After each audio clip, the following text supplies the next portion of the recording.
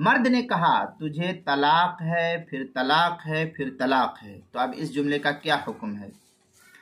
चुनांचे अगर कोई शख्स अपनी मदखूला बीवी को तलाक देते वक्त इस तरह से कहे तुझे तलाक है, फिर तलाक है, फिर तलाक है, तो उसकी मदखूला बीवी पर तीनों तलाक़ें वाक़ हो जाएंगी और बीवी हुर्मत मुग़ल्लज़ा के तौर पर शौहर पर हमेशा के लिए शौहर पर वो हराम हो जाएगी।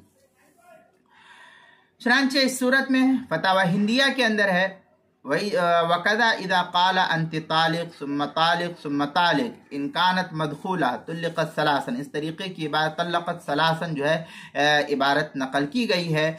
फतावा हिंदिया उसके किताबुत तलाक अलबाबुस्सानी फ़ी इक़ाइत तलाक, पहली जिल्द सफ़ा 355, जो ज़करिया बुक डिपो देवबंद का हिंदी नुस्खा उसके अंदर।